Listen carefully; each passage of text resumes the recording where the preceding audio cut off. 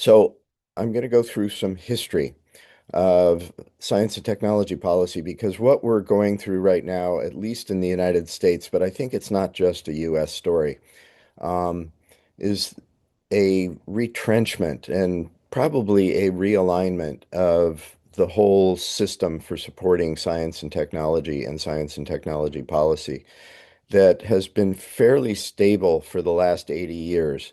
And in particular, I know the most about biomedical research, although it's not just biomedical research, it's the whole research and technology enterprise that's been gotten some shock treatment in the United States over the last 10 months. Um, and the reason that I'm not using slides is partly because we don't know what's going to happen over the story is still unfolding, even for the National Science Foundation and the National Institutes of Health, which have traditionally been relatively insulated from partisan politics in the U.S. system. Both NIH and NSF have done pretty well under both Republican and Democrat administrations. Um, and so this new administration is actually a strong deviation from bipartisan support of science and technology that's really dates back to the post-war era. So let me review a little bit of that post-war history. Um, Folks who study science and technology policy, and in fact, an article that just came out in Stat News, which follows biotech here in the United States, uh, recapitulates kind of a mythology about how science and technology evolved after World War II. Um, the Allied powers in World War II relied very heavily on science and technology. If you read Science, the Endless Frontier, which everybody holds up as the template for science and technology policy in the post-war period, which was written by Vannevar Bush, who was President Roosevelt's science advisor and ran the Office for Scientific Research and Development during World War II, which was heavily responsible for taking several inventions that began in the UK, penicillin and radar, for example, and were imported to the United States and developed into incredibly powerful technologies. Penicillin to address the issue that kills more soldiers than bullets and bombs do, which is disease. And also during that period, we developed corticosteroids and uh, treatments for viral infections and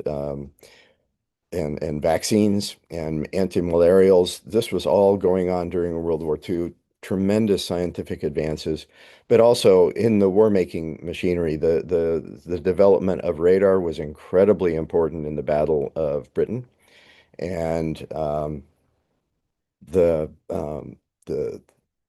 proximity fusion, bomb sites, all sorts of science and technology things, and of course the most salient of the science and technology developments was the atomic bomb, um, that actually Vannevar Bush could not write about in Science: The Endless Frontier because his report went to by then President Truman in July of 1945, and the Manhattan Project was still a secret. So he couldn't write about the Manhattan Project in his treatise on science policy.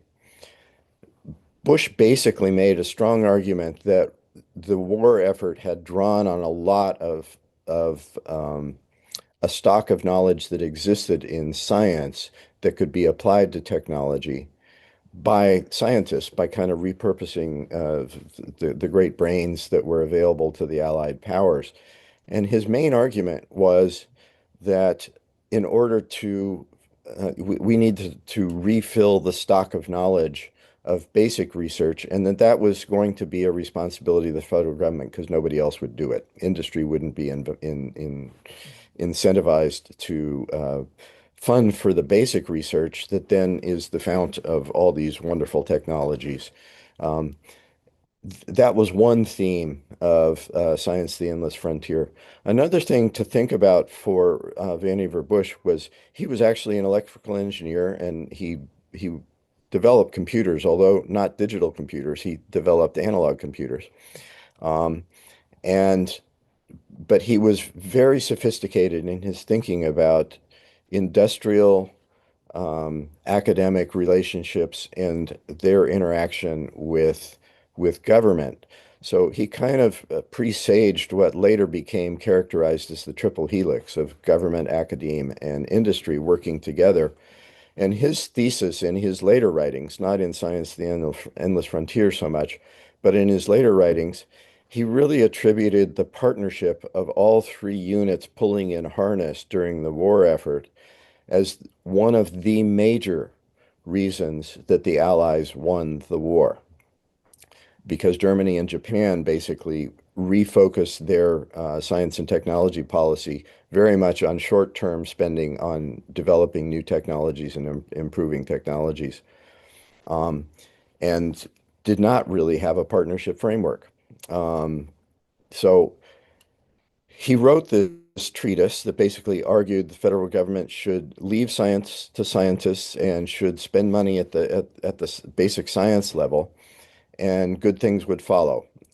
And the three areas of application that he thought were really important for Western civilization were health, military technologies, and the development of wealth generating technologies such as computing.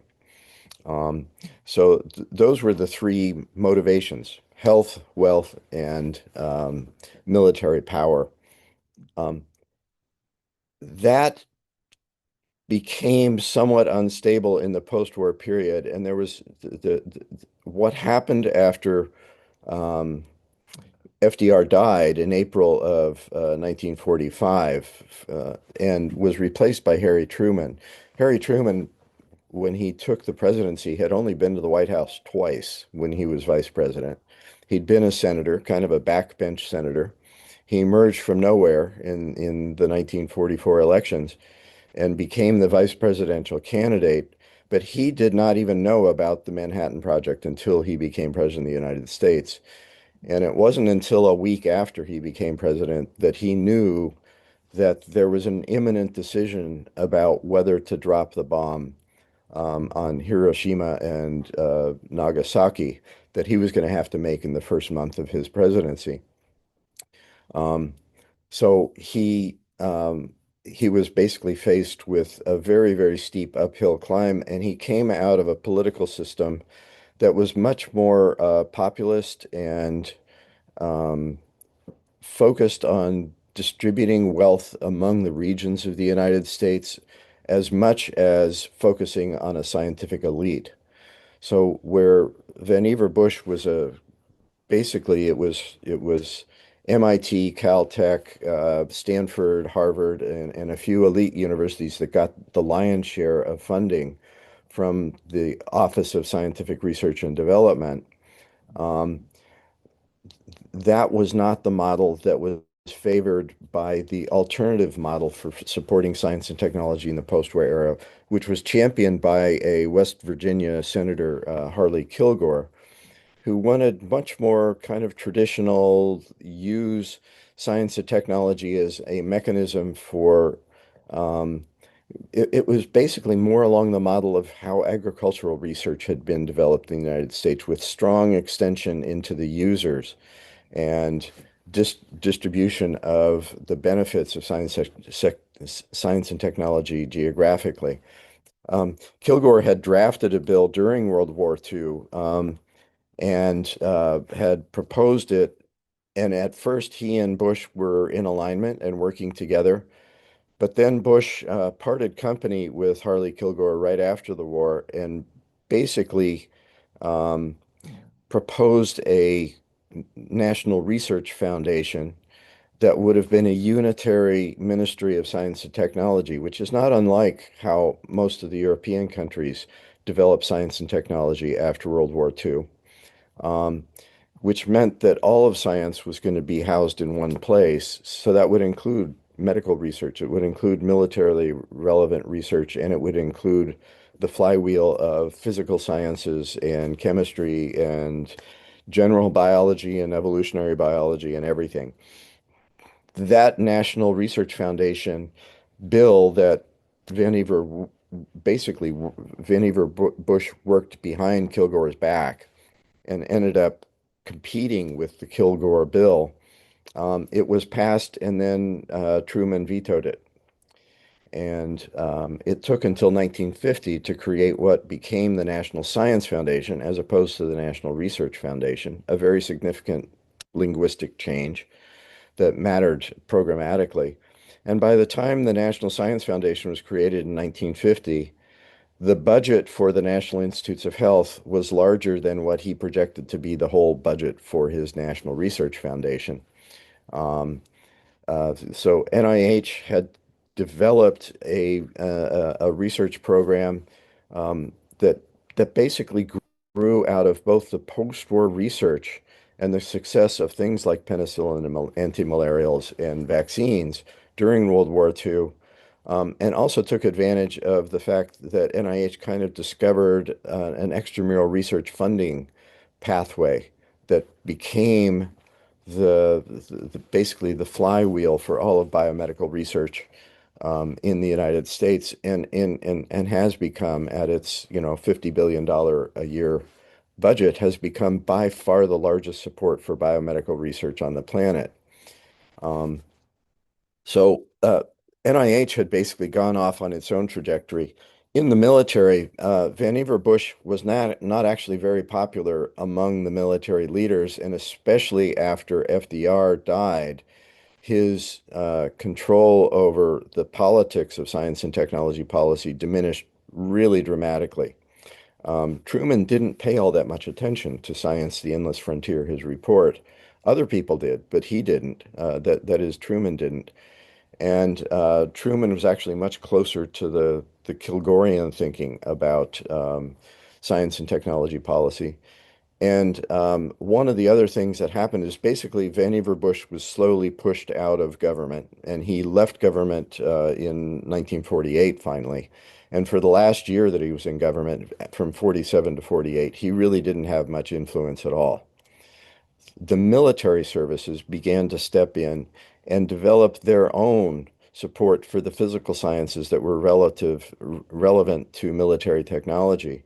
The Office of Naval Research and the then new Air Force, which was created in 1947, and the Army all developed their own research enterprises, and they wanted to trust their own things. They wanted to be able to set their own priorities rather than giving it to a civilian organization, this Office of Science and Technology, the OSRD that Vannevar Bush had directed. That was a civilian operation. The military wanted to control, they had discovered that it was really, really important to do good science, and they wanted to be able to control that under their own auspices. So the military part and the health part basically spun out, and was all those units were much larger in aggregate than the National Science Foundation, and they've remained that way through the whole post-war period. Um, the other thing that happened is the science advisory pathway to the U.S. president changed, and the person who was appointed to be the primary advisor to President Truman was actually a social scientist, a sociologist, Steelman, who did a very systematic assessment of science and technology in the United States. He did a 1,000-page report that basically laid out, it was much closer to the Kilgore vision than it was to the Vannevar Bush vision. So that basically meant that in the United States, most research and development funding went through, not through a Ministry of Science and Technology whose purpose was to support science, but rather through mission agencies who, for health and human services or for the military, the R&D was a small component of a large organization that was highly valued by those mission organizations, but it was a small part of the budget, and it was possible for those budgets to grow very, very rapidly, and they did. NIH went from a budget of $700,000 going into World War II to a billion-dollar operation by the 60s. So there was a huge explosion of support for the National Institutes of Health, and that came about in large part because of building on the post-war experience of support for biomedical research and the wonderful things that came out of that, like penicillin. Um, th there was also a coalition, a political strategy that Mary Lasker and Florence Mahoney had pioneered for cancer and developed instead of expecting all of research and development in biomedical sciences to happen from private philanthropy, they figured out, well, let's use what is now the American Cancer Society to leverage money from the federal government. That's going to be a much more powerful strategy in the long run. So they got into cahoots with a whole bunch of politicians, and they were an external constituency that was very powerful and very well networked and boosted the NIH budget year after year after year with a few little glitches, like one in the 1960s when there was the champions in both the House and the Senate. One of them died, one of them retired, and the head of the NIH that had gone through an incredible growth spurt under Shannon, the director of NIH, he retired. So the system collapsed for a couple of years in the period 1966 to 1968, but then resumed its growth again with the proliferation of institutes and incredibly powerful citizen disease-oriented organizations that took the model of support for cancer research and applied it first to heart disease and then to one disease after another, which is how we ended up with 27 institutes at the National Institutes of Health. Each constituency that got powerful enough would create its own institute and then advocate for a boosted budget for that line of research for their disease year after year. And so NIH's budget got bigger and bigger and bigger. And the general game was that the president would know that Congress was going to fund NIH generously, so they would lowball the budget so that they could use the money for their preferences within the executive branch. But then Congress would come back and pile more money onto the NIH budget because it was very politically popular, and both Democrats and Republicans are against cancer and Alzheimer's disease. So NIH continued to grow. And as I mentioned before, it was a pretty close to monotonic growth curve for 70 or 80 years up until the current administration. So the title of this talk is Rebuilding Science and Technology Policy After the Storm Passes. A bunch of us are thinking, one of the things that has happened is NIH has gotten very large, as I mentioned. Their budget is in the range of $50 billion a year, 85% of which is spent in institutions, mainly universities and private research foundations, not spent at NIH. And then about 10% of their budget goes to the intramural research program on the NIH campus and out in Montana and down in North Carolina. And that system has every NIH director for the last 20 years. Actually, I think you could take this all the way back to Shannon, has worried about the proliferation of institutes and the difficulty in managing 27 independent budgets and having coherence in the biomedical research overall strategy. So every NIH institute director has wanted to reorganize NIH, but it's never gone into effect.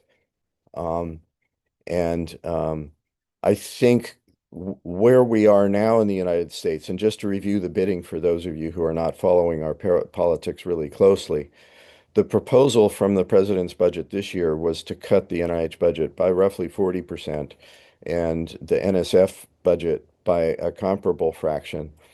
Um, what has happened in the budget process, it's one of the reasons I don't have good slides, is that Congress has not gone along with that. There was also a proposed reduction of the number of institutes down to, uh, depending on how you count, roughly 8 units that would have consolidated a lot of the different institutes at NIH. Um, the the Congress has not accepted that reorganization plan and did not accept the budget cuts. So at least until January, the end of January, when Congress has to come back and decide what they're going to do from February through September with the U.S. science budget, um, we are left with basically a flat budget that in turn leverages the last Biden budget, the last Biden era budget, because we haven't had regular appropriations for our science agencies or actually for any part of our government for the last 2 years. There are three exceptions to that. Our Food and Drug Administration actually got a full appropriation because they're part of the agricultural appropriation bill this year. But the other parts of the Department of Health and Human Services, including NIH, are being budgeted through a continuing resolution that carries only through January, and Congress will have to come back. But I think, and it's very unpredictable. But I think what we can glean from the current situation is that Congress is probably not going to go with draconian cuts to either NIH or NSF. That there's going to be some pushback against the most dramatic of the cuts.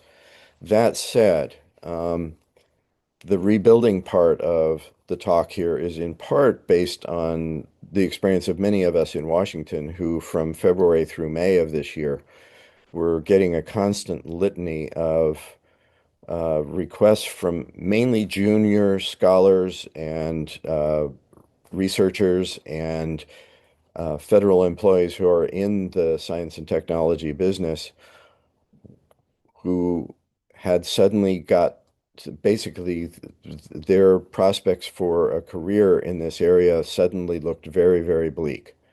Um, I was getting two or three of those emails every week, and basically a lot of people lost their jobs, lost their grants. Many of those grants have been restored, not all of them, but many of them were restored. NIH and NSF both managed to spend pretty much their full appropriations from last year, despite getting off to a very slow start at the beginning of the administration. And right now, they're operating, as I said, under a temporary funding situation that keeps them with a flat budget up through January, and we'll see what happens after January for the rest of the fiscal year. But I do think it does signal that Congress is probably not going to go along with the draconian cuts that were proposed by the administration. Um, there's been a lot of negative press about those cuts and about the loss of cancer research and Alzheimer's research and things like that. So I think that the politics may be shifting. I'll be very interested in the perceptions of those of you who are listening in. Um, so that's the part on the funding.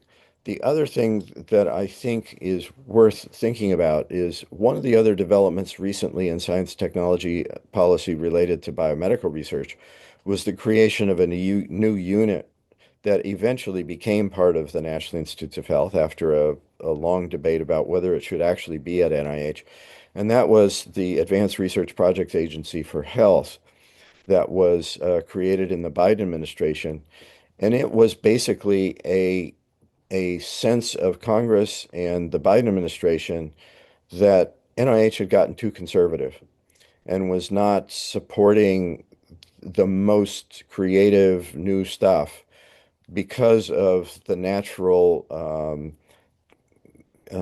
conservatism of the peer review system, which depends on looking at prior data and knowing that you're very likely to succeed in what you're proposing in your grant proposal, um, but is not as good at what in the metaphor to oil drilling is wildcatting. We're very good at drilling at the margin and drilling new holes into well-established oil producing regions, but we're not so good at wildcatting in biomedical research. So ARPA-H was a bureaucratic effort to create a capacity within our biomedical research system to support ideas that are further out. And that speaks to some ossification, basically, of the grant system through NIH and NSF, and a sense that it wasn't getting us all that we needed to get out of the biomedical research enterprise and research enterprise overall. So the reorganization and um, thinking about reforming the processes by which we decide what we're going to fund for science and technology has been on the back burner for probably the last 15 years in a fairly serious way. 10 years ago, the appropriations committees asked NIH to establish a mechanism for thinking about reforming itself. That was never actually a committee that was supposed to exist and didn't meet for years. Um, that has gotten a lot of renewed attention. The reform ideas that have been floated about um, being more experimental and more flexible. Um, there's no disagreement that the peer review system is the bedrock, but there is a lot of discussion about whether that bedrock is the only thing that we should be building on, and thinking about alternative ways to fund more adventurous science and support especially junior investigators so that they can be on a regular path.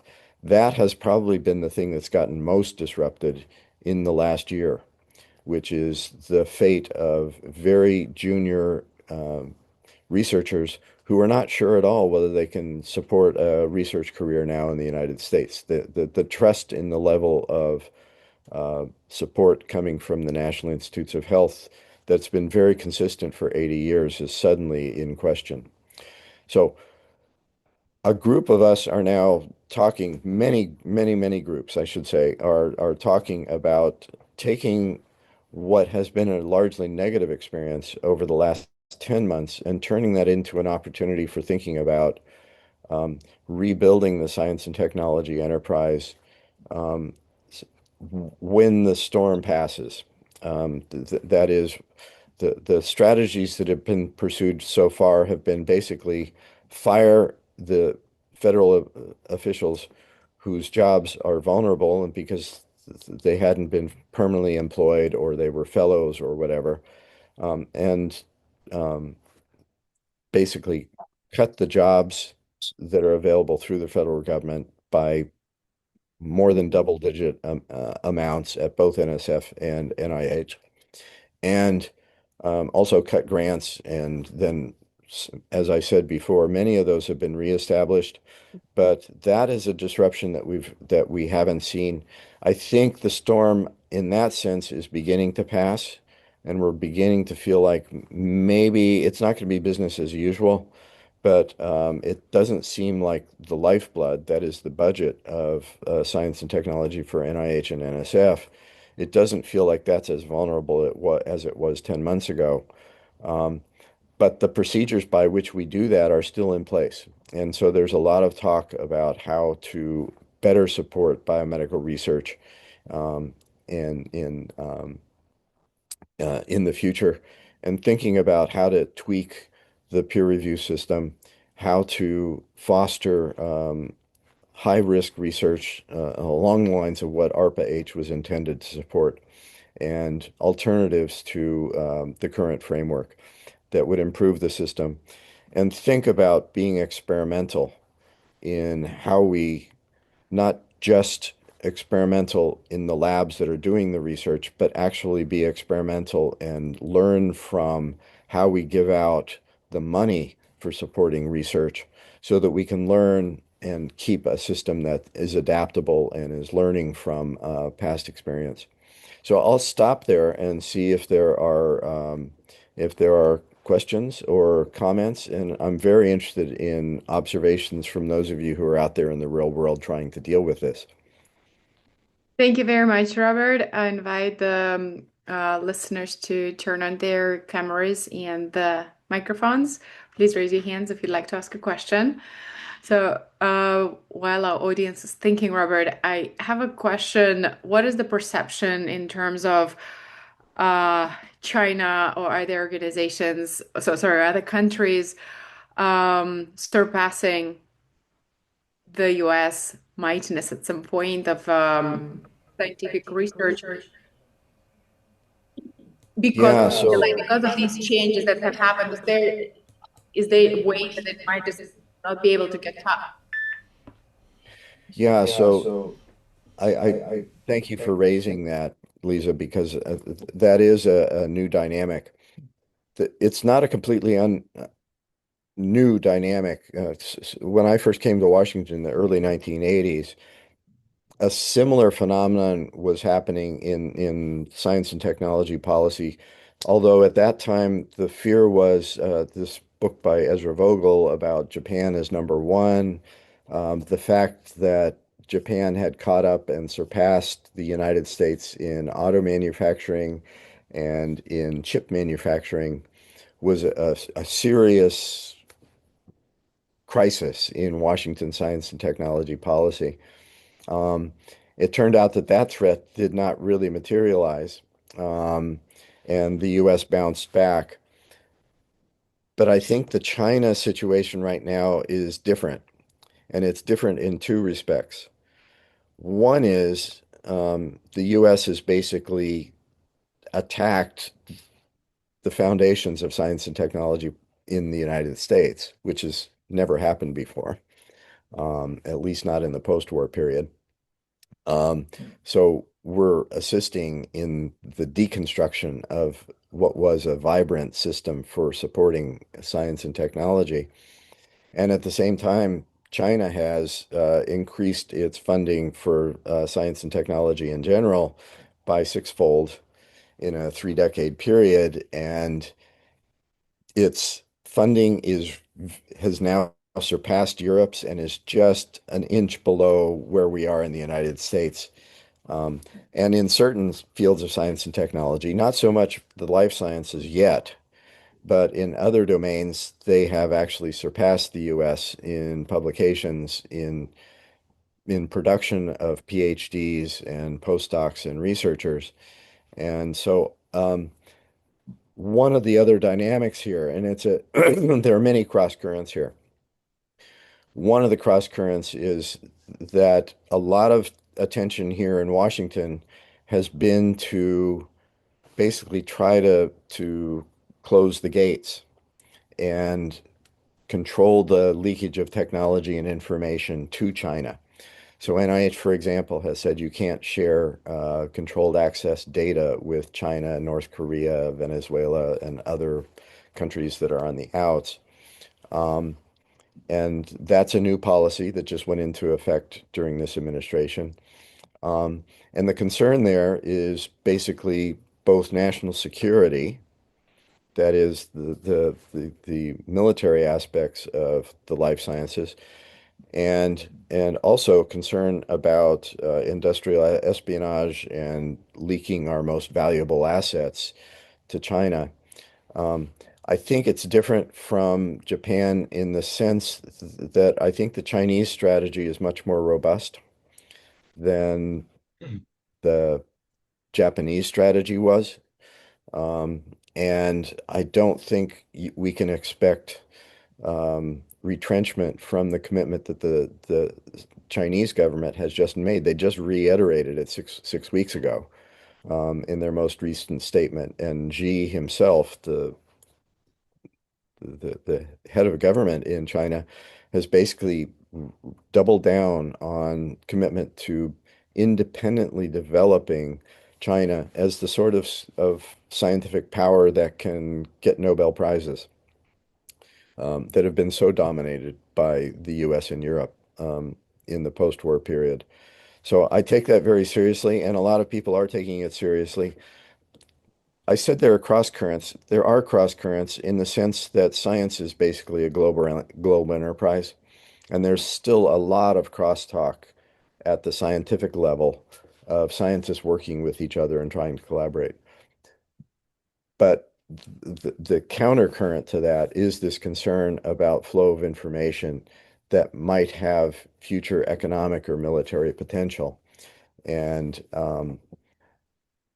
the recent report that came out of our Congress from a bipartisan commission, it was the National Security Council Commission on Emerging Biotechnologies. There's a lot of concern about China becoming the power in biomedical research.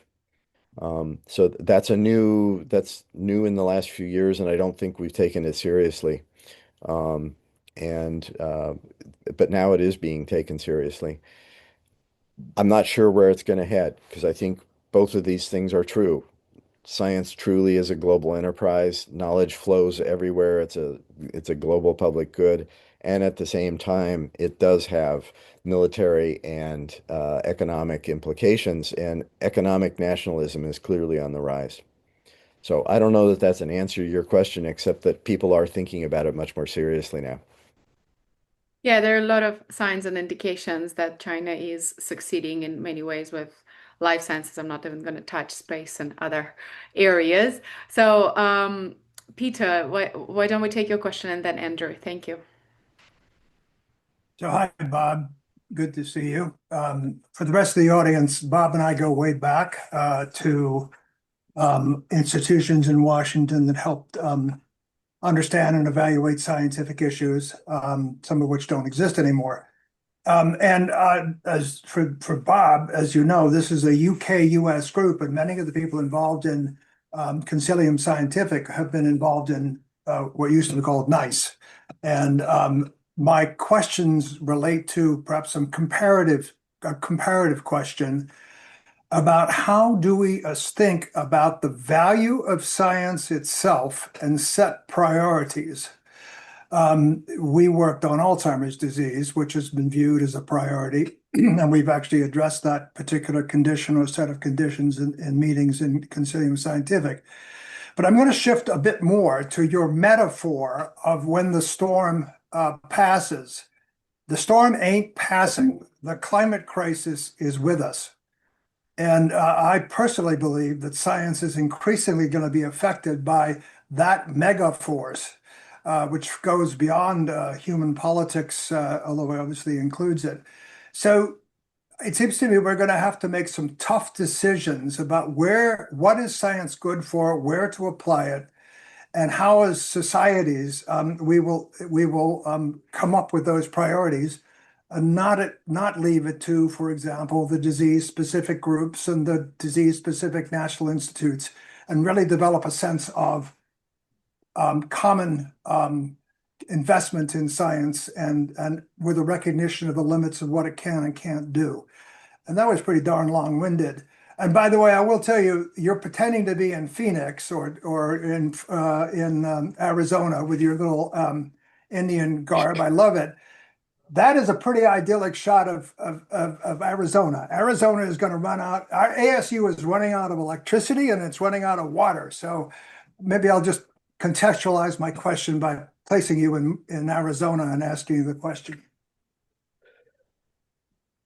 So I'm going to take that in two different directions, Peter, and thank you for that. And just to fill in the holes there, the place that Peter and I worked together was the Office of Technology Assessment, which was a little think tank that was part of the U.S. Congress itself that was disbanded in the 1995 Gingrich Revolution. And it's a hole that's never been completely filled. Um, we were basically an arm of the science and technology advisory apparatus for the legislative branch. Um, you mentioned ICER. and nice. And I think it's worth noting that's actually one of the areas of science and technology policy in the biomedical sciences that has been most conspicuously absent in the US system. We've been really good at supporting molecular biology and cellular biology, and more or less oblivious to the importance of understanding how the health system works and systematically studying how to best achieve health outcomes as opposed to publishing papers that generate new knowledge, but leaving it to a kind of a laissez-faire system to actually turn that knowledge into drugs, devices, surgeries, and medical applications. And also thinking about how to distribute the fruits of science and technology fairly. As you know, the US has a private organization that does overlap with what NICE does. Um, but given that our federal government spends almost $2 trillion a year on health goods and services and is by far the largest purchaser of health goods and services on the planet, you would think that we would have grown a brain to think about the strategy for paying and distributing those goods and services that's much more systematic than it is. We do not have a NICE. ICER is supported largely by the Arnold um, basically by private philanthropy and a coalition of private funders, but it's not a government organization, and it's not equivalent to NICE or the equivalents in Canada or in Australia. So it's actually a real deficiency of our R&D system. It's one of the things that I think maybe we could think about reforming and having our Centers for Medicare and Medicaid Services grow a brain in the US, and think about how to be a prudent purchaser of goods and services. So we can go down that pathway further if you want, but the, the and maybe I'll just leave it at that. I don't the storm that I was referring to for this talk is actually the storm in science and technology policy, which is basically the attempt to basically behead both NSF and NIH. And, they quite literally have decimated, because decimate means take 1 out of 10. They've done more than that for the staff of NIH and NSF. Um, I don't contest your point about climate change. Um, that's not going away. Although I do think science and technology will turn out to be pretty important in solving that crisis if we would only get around to it. Although, again, our national policies are now going in the opposite direction as recently as yesterday. Let's go back to gas and forget alternative technologies.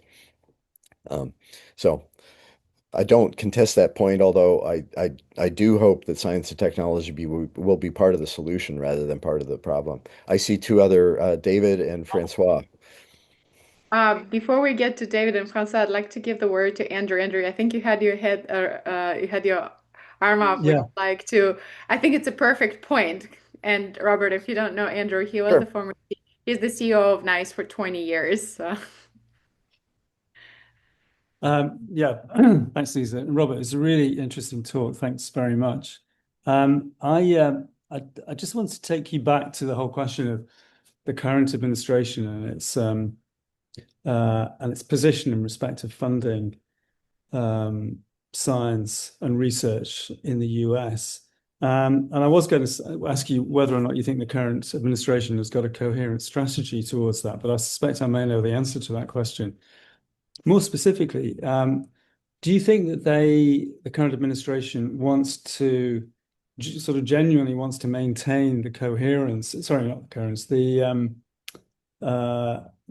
the preeminence of the US in biomedical research, and that its decisions or its proposals in relation to funding are because it thinks the slack can be taken up by others, private foundations, academia with its endowments, the industry, some combination of that in a sense, it's not that it doesn't believe in research and doesn't believe in the importance of properly funding that. It's just a view about what it believes the federal government should do vis-a-vis anybody else. So, yes, great question. My my immediate answer to your question is no, I do not think the administration has a coherent plan. I think what they did in their first, especially in their first 3 or 4 months of the administration, is basically they took the tools that they had and used them to the kind of the Doge period of the U.S. federal government. They basically did what they could to reduce the manpower in the federal government and also to cut off grants that didn't fit clearly with the new administration priorities. So they could do that, and in a way, they took advantages of vulnerabilities that have been built up by assuming that this soft money operation for supporting biomedical research in the United States was completely stable. And it turns out that there were a lot of points of vulnerability that no administration had ever taken advantage of, but this one did. So, but where you started that question is, do I think that the current administration would like to retain the preeminence of U.S. science and technology? And the answer to that is clearly yes, they would love to. But their actual policies for cutting government and punishing universities as elite institutions trumped that, at least transiently.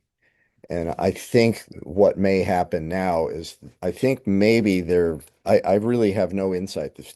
Unlike almost every administration I've dealt with since I've come to Washington in the early 1980s, I've known what was happening in the government a lot more than I know what's happening in the government now.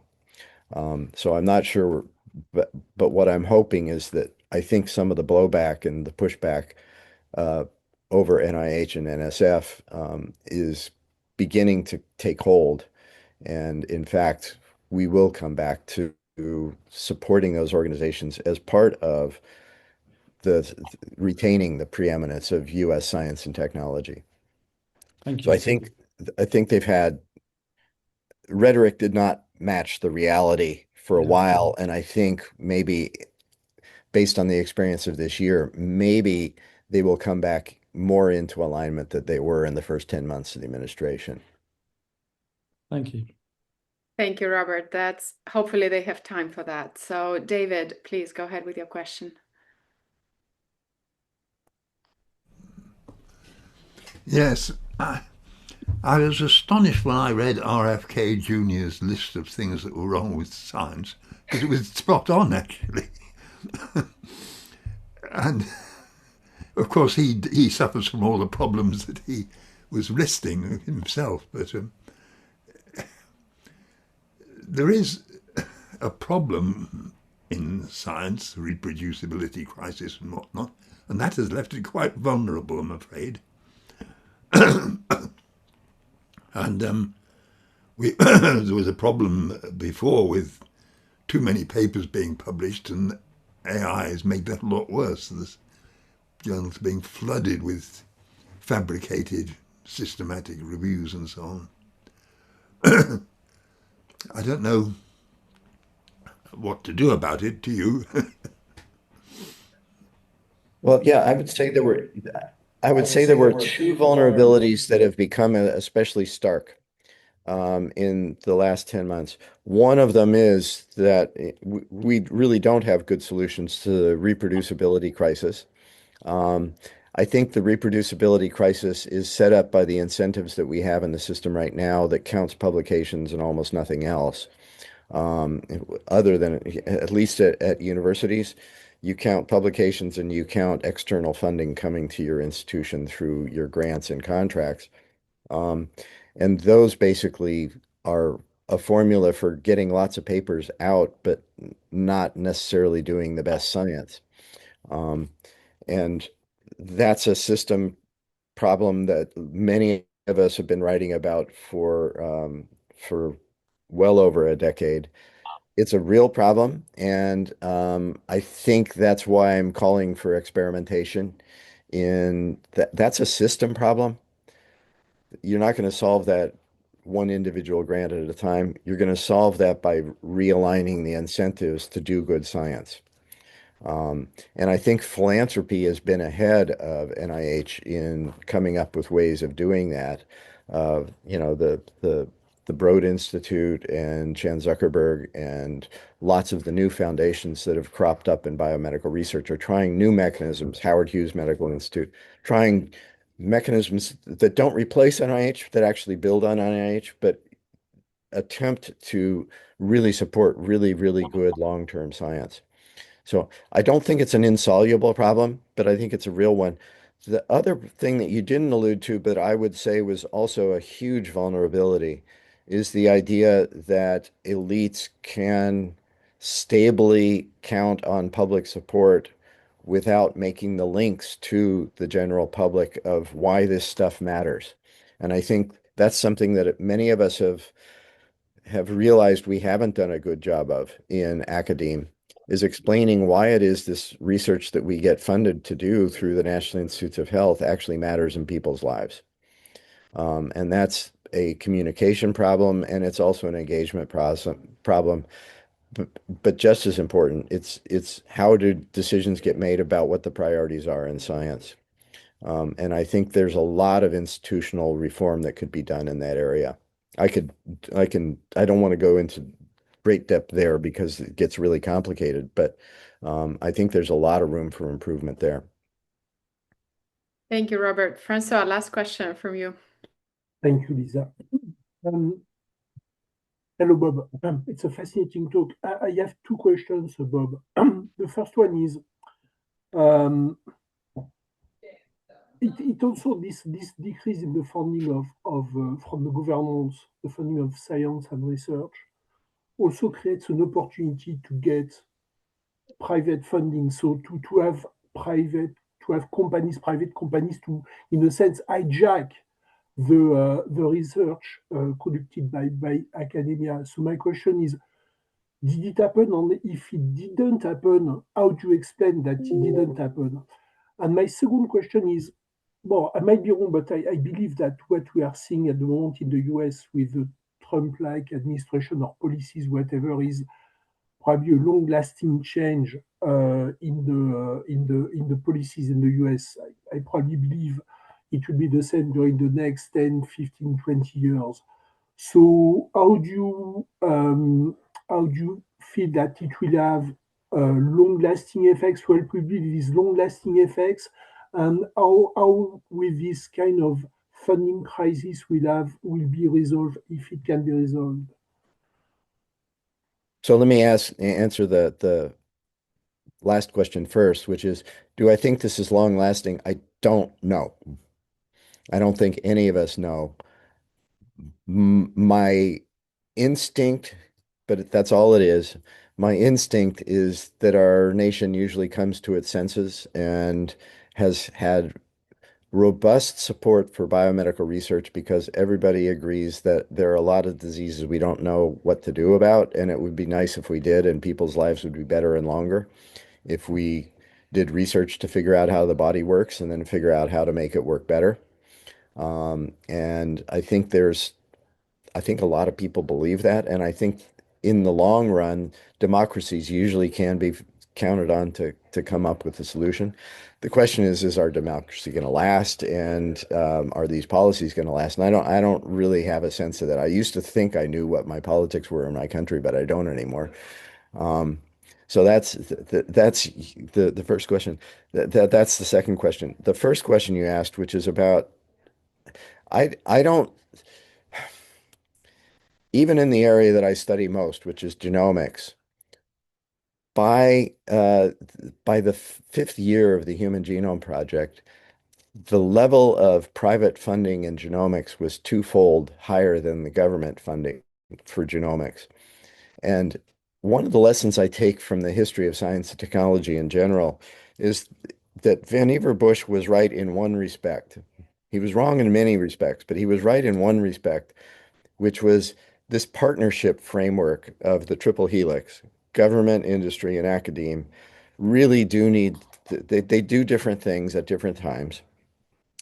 And I do think that despite its flaws, NIH was an incredibly powerful source of new knowledge that really did improve people's health, um, and has had a huge impact on the livelihood of people all over the planet, but especially in the United States over the last 80 years. Um, and and yet, universities don't make drugs, they don't make devices, and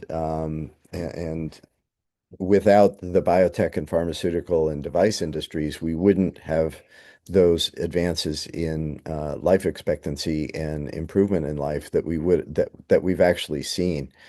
So I think it actually is a question of getting the incentives aligned between the three strands of the triple helix, rather than and there are tensions in the US. It's something where actually the US was actually quite good at handing off from basic research to applied research. We went through this amazing period in the 70s and 80s, but somehow we've kind of stagnated since the 1990s in the US system. And th that, I think, is the deep conundrum. But I think the goal is very clear, which is the system works best when actually all three players are pulled into alignment. And almost all of that alignment depends on national policies, federal laws, and federal practices in the executive branch. So that's the part that I would like to focus on. I mean, we're trying to think through what's most broken and how do we fix it. So that's if you have ideas about that, you've got my email now, so send them my way and I'll feed them into the system here. Sounds promising. Robert, I have a final multiple choice question for you. So, Sure. if what do you think would be better for the US future in terms of science and technology? A, current administration changes in 3 years. B, current administration stays for a couple more terms. C, it doesn't depend on the administration. And D, you have some other answer. I'm going to choose D, and it depends a lot on my optimism about democracy. Um, I think a lot is resting on what happens in our midterm elections a year from now. Um, if either the House or the Senate changes hands, goes Democratic, then the politics of Washington are utterly and completely different, utterly and completely different, um, and much more rational. Our system tends to work best when those checks and balances we learned about in civics class in eighth grade are actually in effect. And that forces both parties to make compromises and do sensible things. And so I actually think the most optimistic scenario is the midterms make the current administration much more responsible in their policy making because they have to make compromises with Congress. And I also think that in a way, this is an opportunity to think about taking the ideas that have been on the shelf for the last decade and putting them into practice at places like NSF and NIH and get some reform that's actually meaningful. Because, like I said before, every director of the National Institutes of Health has complained about how unmanageable the institution is. And we really do need to pay attention to how to improve it. And what I'm hoping is this becomes an opportunity for taking advantage of the fact that a lot of destruction it's happened, and now we have a chance to do at least a partial rebuild. Thank you very much, Robert. That's a positive note to end on. Thank you very much. Bye bye. Have a good evening. Thanks. Thanks. Bye.